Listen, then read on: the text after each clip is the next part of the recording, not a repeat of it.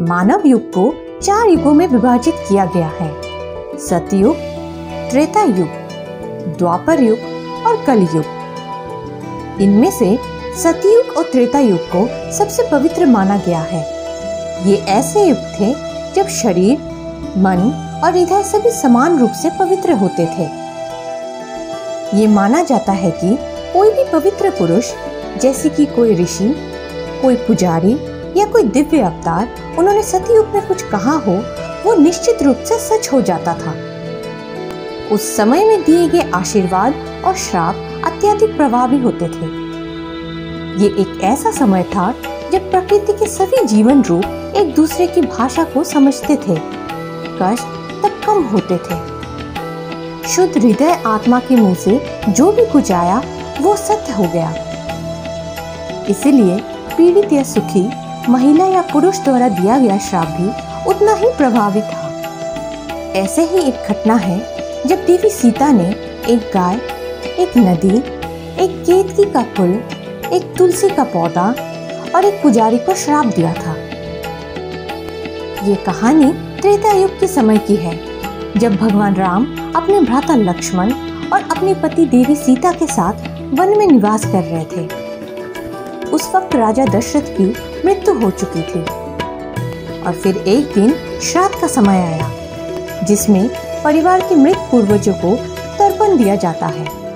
इसे हम पिंडदान के नाम से भी जानते हैं, जो एक पवित्र नदी के तट पर किया जाता है।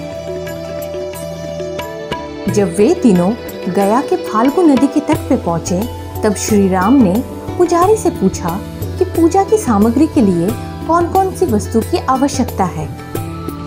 तब पुजारी के मार्गदर्शन पर भगवान श्री राम ने अपने भाई लक्ष्मण को पास के गांव में जाकर सामान प्राप्त करने की आदेश दी। जब लक्ष्मण लंबे समय तक वापस नहीं आए, तब भगवान राम ने खुद अकेले जाने का फैसला किया। दूसरी ओर पुजारी उन्हें लगातार याद दिला रहे थे कि समारोह के लिए मुहूर्त बीत रहा है, इसीलिए उन्हें जल्दी ही सामग्री लाकर पूजा शुरू करनी पड़ेगी। उसके बाद भगवान राम भी सामग्री लाने चले गए।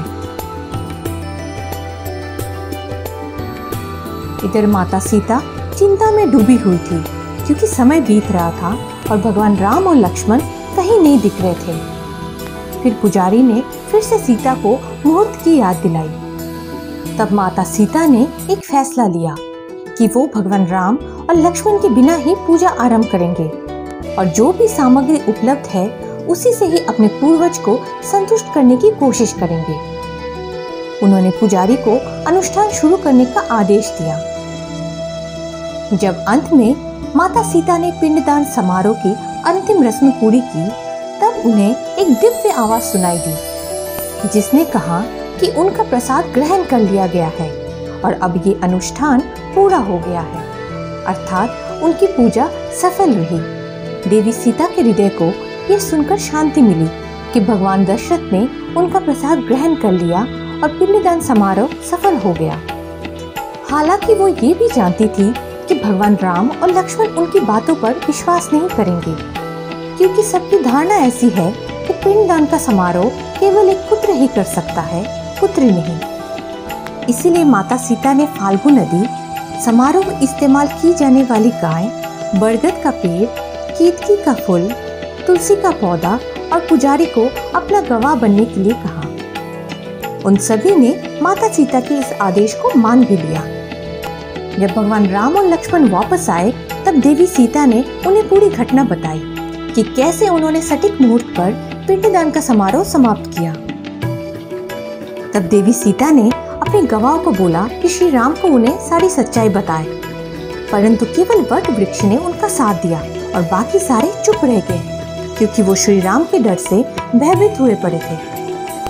ये सुनकर श्री राम और लक्ष्मण ने और समय नष्ट न करके पिंडदान की पूजा करना आरंभ किया। तब फिर से वही दिव्य आवाज सुनाई दी, जिसने ये कहा कि तुमने हमें फिर से क्यों जगाया है।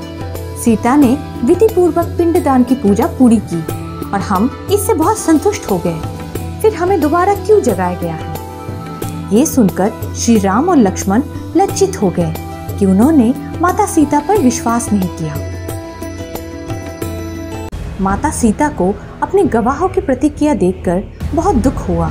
वे बहुत क्रोध में आ गए और क्रोध में आकर उन्होंने सबको श्राप दिया। उन्होंने फाल्गु नदी को यह श्राप दिया कि पानी गिरने के बावजूद नदी ऊपर से हमेशा सूखी रहेगी और नदी के ऊपर पानी का बहाव कभी नहीं होगा। फिर उन्होंने गाय को श्राप दिया कि हर घर में पूजा होने के बाद भी गाय को हमेशा लोगों का झूठन ही खाना पड़ेगा।